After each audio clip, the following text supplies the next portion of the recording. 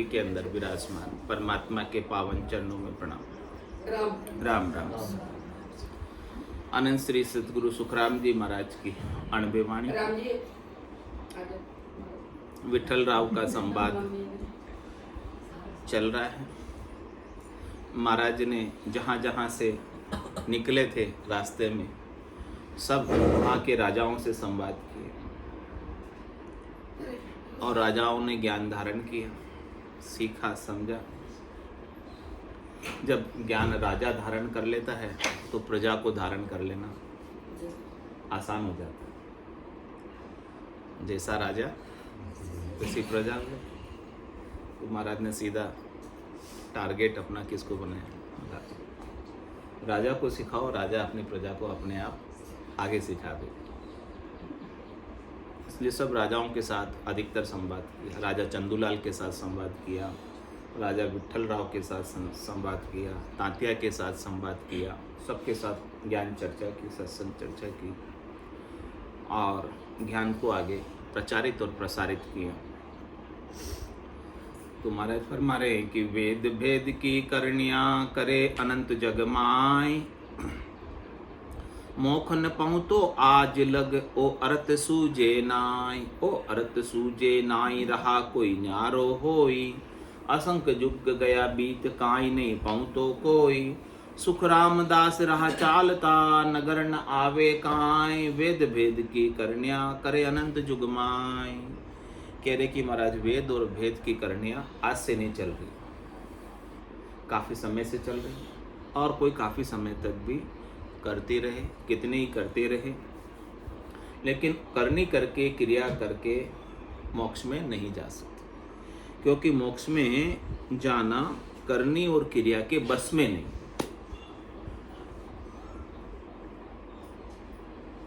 करनी क्रिया के बस में होते तो करनी में क्रिया में तो बहुत चतुर है, बहुत एक्सपर्ट है, बहुत होशियार है। करके जाने में होता है अधिकारी भाई, तो करके जाने कोई नहीं बैठना, कोई नहीं। इधर सर आप इधर आ जाओ, कुर्सी पर आप चले जाओ, आ जाओ इधर, आ जाओ इधर। तो वेद भेद की करनियों से क्रियाओं से कोई पहुंच नहीं सकते करनी क्रिया करके, क्योंकि करनी क्रिया का पहुंच नहीं है, पराक्रम नहीं है ब्रह्म तक पहुंचने का। तो महाराज कह रहे हैं कि वो ब्रह्म तक पहुंचने का राह कोई अलग ही है, रास्ता अलग ही है। वो अलग रास्ता जब तक नहीं पकड़ोगे तब तक वो काम होने वाला नहीं, और वो अलग रास्ता आपने पकड़ लिया तो निश्चित रूप से महाराज कह रहे हैं कि मंजिल आएगी, तय है। सही मार्ग आपको मिल गया तो मंजिल आ जाएगी। सही मार्ग पर नहीं चल रहे हो, उल्टे चल रहे हो, तो मंजिल कभी नहीं आएगी। कितने समय तक चलते रहो, उल्टी दिशा में चलते। महाराज कहते हैं कि राम चरण मोय इचर चावे, पूरब वस्तु पिछम को धावे। किधर दौड़ लगा रहे हो? पिछम की तरफ, और वस्तु कहाँ है? पूरब, उल्टी दिशा में दौड़ लगा। तो महाराज कह रहे उल्टी दिशा में दौड़ लगाओगे तो मोक्ष कभी मिलने, तो करनी क्रिया करके मोक्ष कभी मिलने वाला नहीं। और सब करनी क्रिया में विश्वास करते कि बिना करे भी कुछ होता है क्या? सब कुछ होगा जो करने से ही होगा। महाराज कह रहे हैं कि करने से कुछ भी नहीं होगा, ठहरने से होगा। रुक जाओ, ठहर जाओ, एक स्थान पर बैठकर अंतर्मुखी हो। बाहर जितना भटकोगे उतना अधिक उलझोगे। से कह रहे 68 को काहू को फिरिए सूरत समेट नाम में दिए। बैठ जाओ, एक जगह स्थिर हो जाओ, अपने मन को स्थिर कर लो। अपना मन भटकता है बाहर, उसको ठहरा दो। तो जैसे ही सब चीज़ें ठहरी, एकीकरण हुआ और काम हो गया। चीज़ मिल जाएगी, वस्तु मिल जाएगी, क्योंकि वस्तु तो कहीं गई नहीं, कहीं आई नहीं, वो तो आपके भीतर में ही, अंदर में ही है। बस भटकाव के कारण वो सूझ नहीं रही, समझ नहीं आ रही, देख नहीं रही, प्रतीत नहीं हो रही, प्रत्यक्ष नहीं हो रही, परोक्ष बनी हुई। तो उसको प्रत्यक्ष करना है तो उसके लिए क्या करना पड़ेगा? ठहरना होगा, रुकना होगा। ठहर जाएंगे, रुक जाएंगे तो वो वस्तु आपको भीतर में ही मिल जाएगी। जिन पाया जिन गट ही पाया, बायर फिर जन्म गमा। जिसे भी मिला है वस्तु, चीज़ मिली है, सबको ठहरने से मिली है और अपने गट में मिली। सदगुरु के ज्ञान से मिलेगी। तो महाराज हमें करनी करके क्रिया करके लोग कहाँ कहाँ तक पहुँचते हैं, वो सब पहुँच पराक्रम बता रहे क्रिया का। करें कोई मुकत लग पहुँचिया बिशन लोक लग जाए, कहीं एक पदवी इंदर लग, कोई एक अटल कहाय, कोई एक अटल कहाय सकत लग पहुँचा जाए, से परगट जग माए पुराण सायद में भाई, सुखराम दास रहाया वेद की हद बेहद लग माए, कोई मुकत लग पहुँचिया बिशन लोक लग जाए। कह रहे कि करनी करके क्रिया करके उपाय करके प्रयास करके कोई वैकुंठ तक पहुंच जाते हैं। विष्णु का लोक है वैकुंठ, और उनकी 4 प्रकार की मुक्तियां हैं, सायुज्य, सामीप्य, सारूप्य, सानिध्य। जैसे जैसे भक्ति करते हैं वैसे वैसे उनकी स्टेज आगे से आगे की होती जाती है। कोई तो उनकी सभा में बैठ जाता है, कोई उनकी सभा में उसके नज़दीक बैठ जाता है, और कोई तो विष्णु रूपी हो जाता है। इस प्रकार से वो वैकुंठवासी हो जाता है। तो महाराज कह रहे कोई मुकत लग पहुँचिया विष्णु लोक लग जाए, वो उसने वैकुंठ की 4 प्रकार की मुक्तियाँ अलग अलग कैटेगरी की प्राप्त की, जिसे लोग मोक्ष ही कहते हैं, लेकिन वो परम मोक्ष नहीं है। कल आप कहते हैं ना मोक्ष और परम मोक्ष में फर्क है। तो इस मुक्ति को भी लोग मोक्ष कहते हैं, वैकुंठ गए उसको भी मोक्ष ही कहते हैं कि मोक्ष गए, स्वर्ग नहीं गए वैकुंठ गए, उसे मोक्ष कहते हैं। लेकिन महाराज कह रहे वो मोक्ष नहीं है, क्योंकि वहाँ से भी आने की रीत है। परम मोक्ष में जब तक नहीं जाओगे तब तक तो जाना आना लगा रहेगा, यानी वैकुंठ जाने के बाद भी वापस आना है। स्वर्ग से तो आना ही है, वैकुंठ से भी आना है। तो कोई मुकत लग पहुँचिया बिशन लोक लग जाए, कई एक पदवी इंद्र लग, कोई एक अटल कहाय। और किसी की पदवी इंद्र की हो जाती है, देवताओं का राजा इंद्र, तो उस पदवी तक पहुंच जाते हैं। किसके प्रयास से पहुंचते हैं? शुभ कर्मों के प्रयास से। शुभ कर्म कर स्वर्गा जाओ, और अशुभ किया चौरास। कह सुखराम भक्ति कर केवल परम धाम जन जासे। तो महाराज का प्रमाण है, कोई शुभ कर्म करके तपस्या करके अपने सुखों को यहाँ छोड़कर त्याग करके वहाँ स्वर्ग के अंदर देवताओं के राजा इंद्र तक की पदवी पा जाते हैं।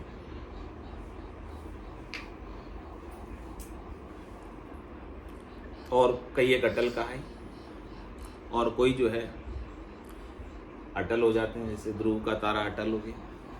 लेकिन है 3 लोक में, दिख रहा है ना, जो दिसे सो सकल, बोलो बोलो आगे, विनाशी। हाँ, जो भी दिख रहा है ना, भले अटल है वो, लेकिन है विनाशी। सबका विनाश होता है, सब लय होते हैं। जो इन आँखों से दिखेगा वो सब नाश को पाएगा, जो नहीं दिखता इन आँखों से वो अविनाशी। तो भले अटल कहाओ, भले इंद्र बन जाओ, भले बैकुंठवासी हो जाओ। कह रहे कई एक अटल कहाय सकत लग पहुंचे जाए, कोई माता शक्ति तक पहुंच जाता है। स्वरूप बनाने वाली माता शक्ति, जिन्होंने ब्रह्मा विष्णु महादेव को उपाया, फिर उनके साथ मिलकर सृष्टि की रचना की, ऐसी शक्ति तक पहुंच जाते, वहां के शक्ति के लोक को प्राप्त कर लेते। तो करनी करके क्रिया करके बैकुंठ जा सकते हैं, स्वर्ग जा सकते हैं, इंद्र पदवी पा सकते हैं, अटल भी हो सकते हैं, इस देही को महाप्रलय तक रख सकते हैं। लेकिन महाप्रलय में तो सबको जाना ही पड़ता है। जब तक महाप्रलय नहीं आया इस सृष्टि पर तब तक अटल रह जाओ, लेकिन जब महाप्रलय आएगा तब सब लय हो जाएगा, सारी माया ही लय हो जाएगी। तो फिर सब कैसे रहेंगे? कोई और कोई शक्ति तक भी पहुंच सकते, करनी करके क्रिया करके, शक्ति की भक्ति करके शक्ति तक पहुंच जाते, माता की भक्ति करके, देवी की भक्ति करके देवी के लोक तक पहुंच जाते। तो से प्रगट युग में ये महाराज कह रहे हैं कि संसार में प्रत्यक्ष, ये इंद्रियों से लोग देखते हैं, प्रत्यक्ष रूप से अनुभव करते हैं ऐसा कि वहाँ तक पहुँचे हैं। और पुराण शायद में भाई, और इसकी बातें साक्षी प्रमाण पुराणों में भी, कथाओं में आता है, पुराणों की कथाओं में भी ये सब बातें लिखी हुई है। तो महाराज कह रहे हैं सुखराम रहा या वेद की हद बेहद लगमा। जो करनी और क्रिया की राह है, रास्ता है, वो कहाँ तक जाता है? हद में रहता है, और ज़्यादा से ज़्यादा जाएगा तो बेहद में चला जाएगा। यानी माया और ब्रह्म यानी कुल, माता और पिता के देश तक पहुँच पराक्रम है। उसके आगे अगम्य नहीं है, गुरुपद देश में नहीं है, साक्षी दृष्टा अकर्ता में नहीं है। तो महाराज कह रहे हैं कि करनी क्रिया करके हद को लांग गयो बेहद में, तो ही रीत तो फिर आए, वहां से वापस आने की रीत, इसलिए आ जाते हैं, परमोक्ष नहीं होता। तो इन करनी क्रियाओं की पहुंच कहां तक की है? हद बेहद तक की। और हद बेहद में जो गया वो तो वापस आएगा। यानी हद में तो सब है ही, हद को माया में तो सब है ही है। माया से आगे कोई ब्रह्म तक पहुंचा, बेहद तक पहुंचा, वो भी वापस आ जाता है, क्योंकि पहले भी ब्रह्म से ही आया था ये। तो अब की बार जाएगा ब्रह्म तक, तो अब की बार क्यों नहीं आएगा? इसका कारण बताओ। जब तक कि उसके आगे नहीं जाए, अकर्ता तक नहीं जाए, तब तक ये वापस आ जाएगा लौट कर। पहले भी आया तो अब के भी आएगा। तो कोई मुकत लग पहुंचिया, बिशन लोक लग जाए।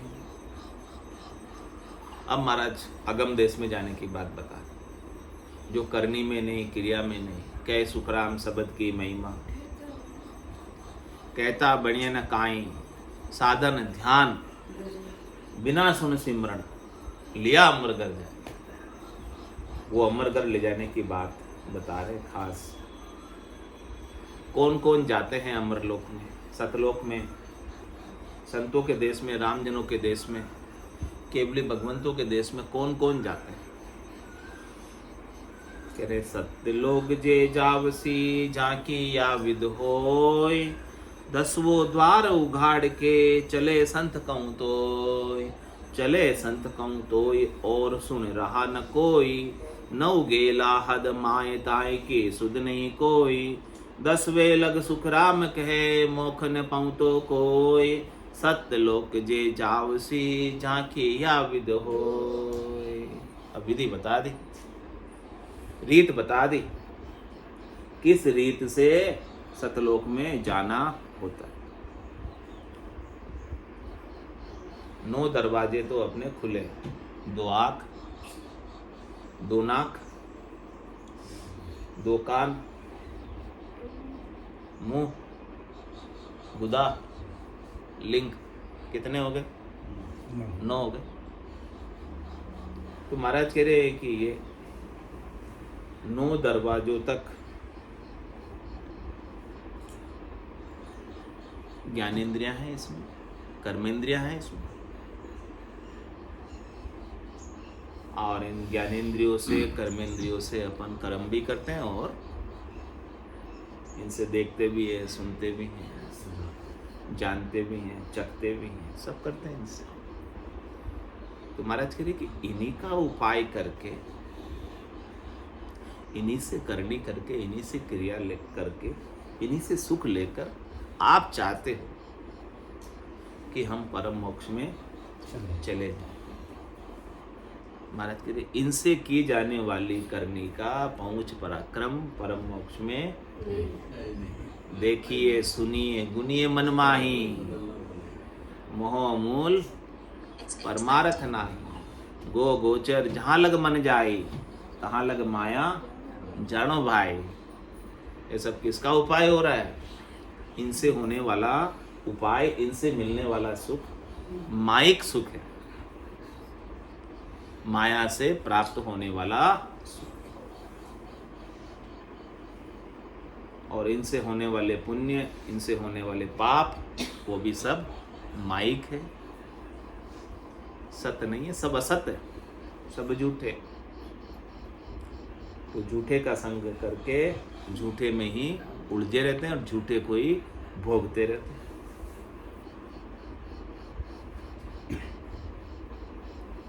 कह रहे महाराज, जब तक आप इनका संग नहीं छोड़ोगे, इनसे सुख लेने की इच्छा नहीं छोड़ोगे, रज्व सत्व और तम से अलग आपकी जो गुणातीत आत्मा है उसका बोध नहीं करोगे, तब तक आप परम मोक्ष में, जब तक इनसे सुख लेने की हमारे भीतर आसक्ति बनी रहती है, चाहना बनी रहती है, इच्छा बनी रहती है, आशा तृष्णा मनोरथ मनोकामना हमारे भीतर लगी रहती है, तब तक परम मोक्ष दिल्ली दूर है। उलझे हुए हैं बच्चों में, घर के बाहर में, बच्चा अपना सुनता है उसमें भी दिमाग लगा हुआ है। तो महाराज कह रहे कि आपकी सुरता कहाँ लगानी है, आपको अपना ध्यान कहाँ लगाना है।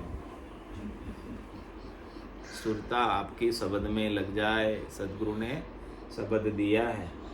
इन सब से ध्यान अपना हटाकर आपकी सुरता निज नाम पर, सतनाम पर, कुदरत कला पर, नियंचर पर लगा लो।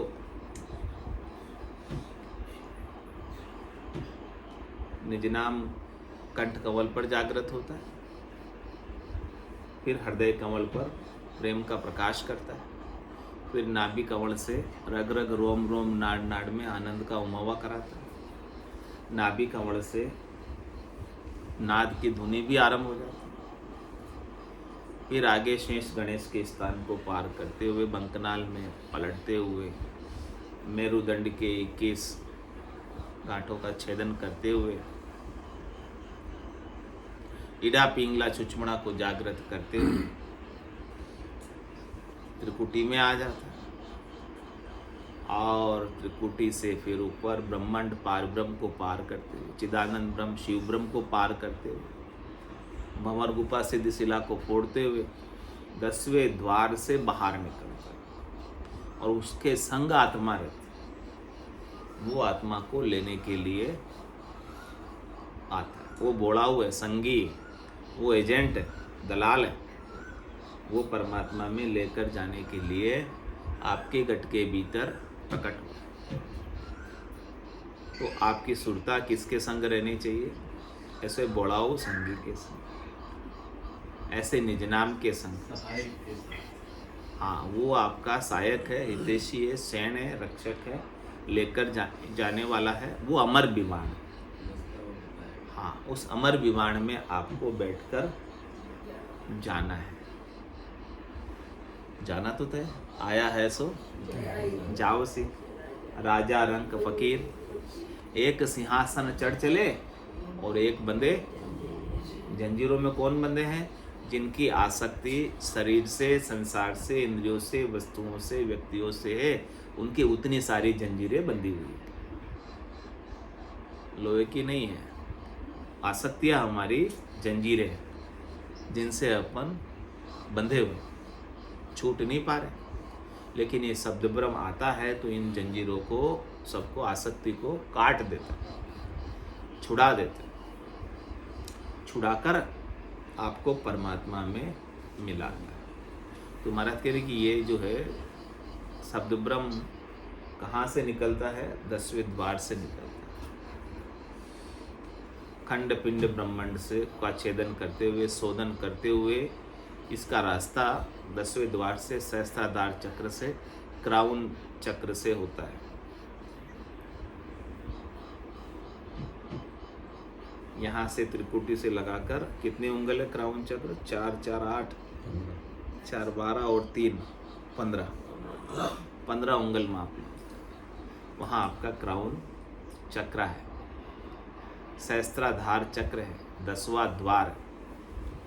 उस 10वें द्वार को फोड़कर बंद से बजर दरवाजा हर नहीं उगड़े, लग्या है करारा जी बंद। ये बहुत यहाँ ये बंद है, ये उगड़ता है। कौन उगाड़ेगा इसको? कौन खोलेगा? ताला ताक सबदी खोले, रंकार धुन आगो मूल। मुख सुमरण पहुँचे नहीं, श्वासा सके न जाय, वह बारी सुखराम के कौकुण खोले।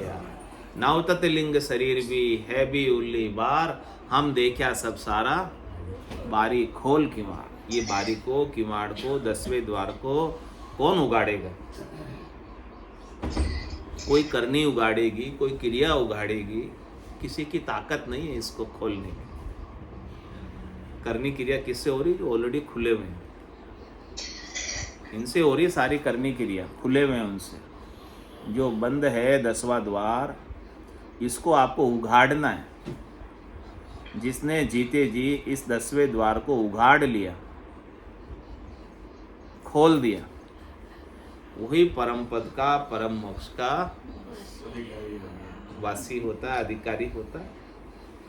और 10वें द्वार को उघाड़ने के लिए निज नाम चाहिए, सतनाम चाहिए, कुदरत कला चाहिए, नेंचर चाहिए, जो सदगुरु की कृपा से, दया से, मेहर से प्राप्त होता है। शिष्य अपना निजमन ले जाकर सदगुरु के ज्ञान को सौंपता है, उससे सदगुरु रीझ जाते हैं, उनका निजमन प्रसन्न हो जाता है, और निजमन की निजमन पर मेहर हो जाती है। निज नाम शिष्य के भीतर जागृत हो जाता है। इसके बिना तो हे भूप निज नाम मुख माय नहीं आवे, ज्ञान गम सोजा गतनाय पावे, तत्व रूपी गुरु की दिल मेर भाई, निज नाम जागे शिस्तन माई।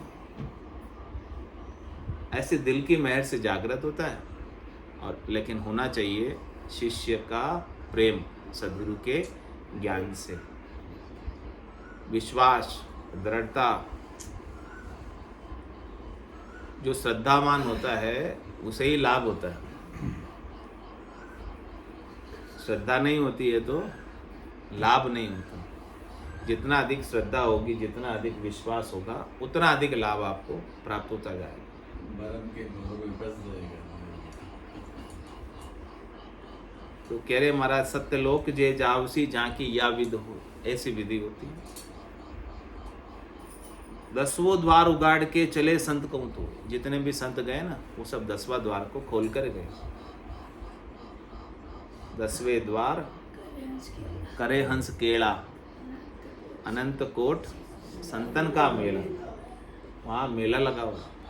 किनका मेला है? कौन मिलेंगे वहाँ पर? सब सभी संत मिलेंगे। सब 10वें द्वार को उगाड़ के गए। तो आपको भी 10वां द्वार, यहाँ इकट्ठे हुए हैं बस हम सब। हाँ, सब 10वें द्वार को खोल के ही जाना है। और खुलेगा कब? अभी खुलेगा, बाद में नहीं खुलेगा।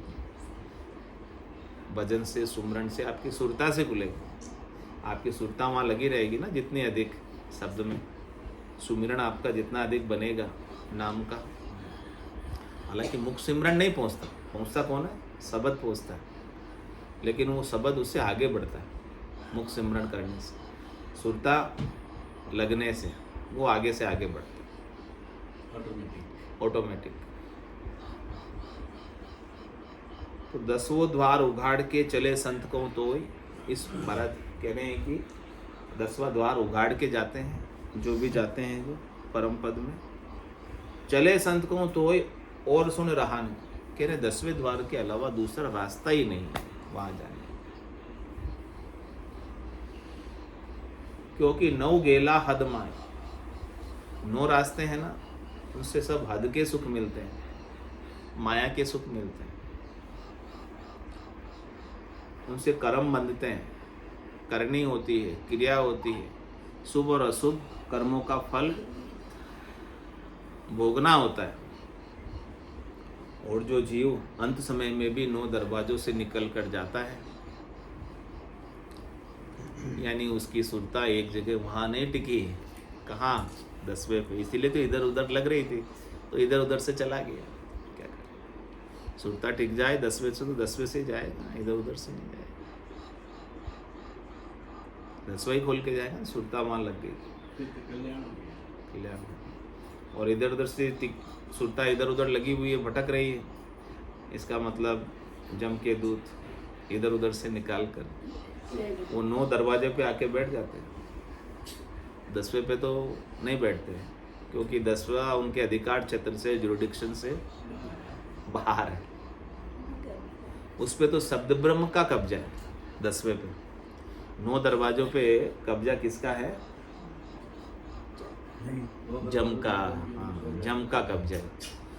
तो जम के सारे दूत 9 ही दरवाजों पे आके बैठ जाते हैं। किधर निकलेगा जीव? उसको निकालते भी उधर से ही है। जैसी उसकी करनी होती है, जैसी उसकी क्रिया होती है, और उसके अनुसार उसे स्वर्ग के अलग अलग लोकों में, कोई ऊंचा कोई नीचा,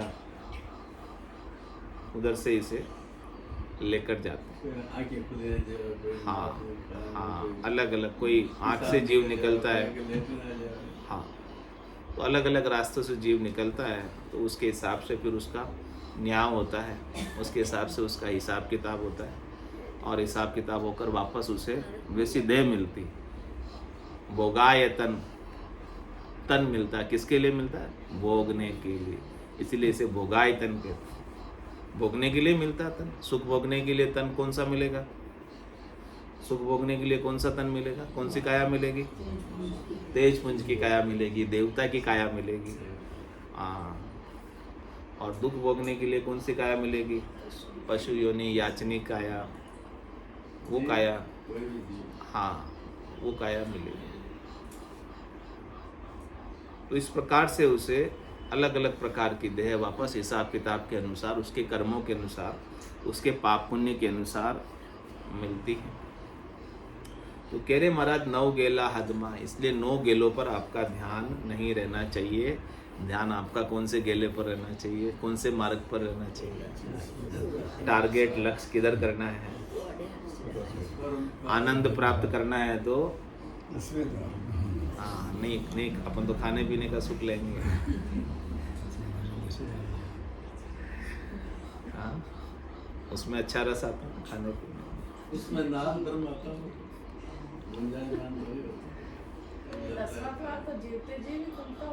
बाकी तो कैसे खुलेगा? बाकी तो फिर आपके तो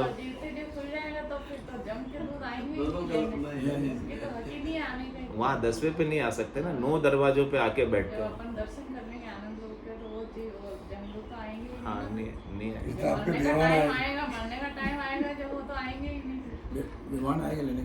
अमर विमान में जाओगे ना, वो शब्द ब्रह्म जो आया ना आपका, वही अमर विमान है।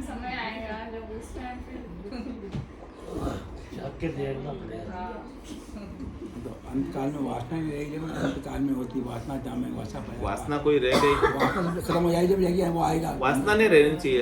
अपनी सुखता, ध्यान अपना, चित्त अपना इतना रम जाए शब्द में, निज नाम में, कि कोई वासना अपनी रहने।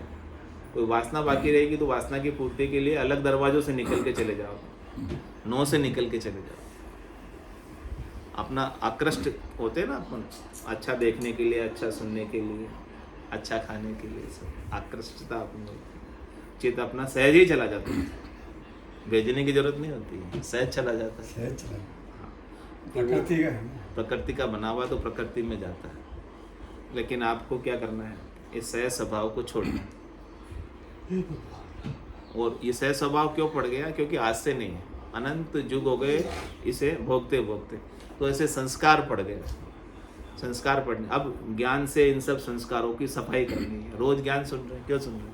एक ही बात रोज सुनते हैं, अलग अलग बात नहीं सुनते। रोज एक ही बात कहते हैं, यहाँ पर एक ही बात होती है रोज, लेकिन फिर भी आपको नई नई लगती है। रोज सफाई करते हैं, रोज रोज इसको साफ करना होगा। संस्कार अनंत जन्मों के ऐसे साफ होते होते ही होंगे। सुनते सुनते ही समझ आता है, एक दिन में समझ में नहीं आता, सुनते सुनते समझ आएगा, और समझ आकर धीरे धीरे आपके सारे संस्कार साफ हो जाएंगे। तो फिर वासना मिट जाएगी, और वासना मिटेगी और अपने बुद्धि के ऊपर विवेक जाग जाएगा कि ये रास्ता मेरे लिए उपयुक्त है, मुझे इसी रास्ते पर जाना है।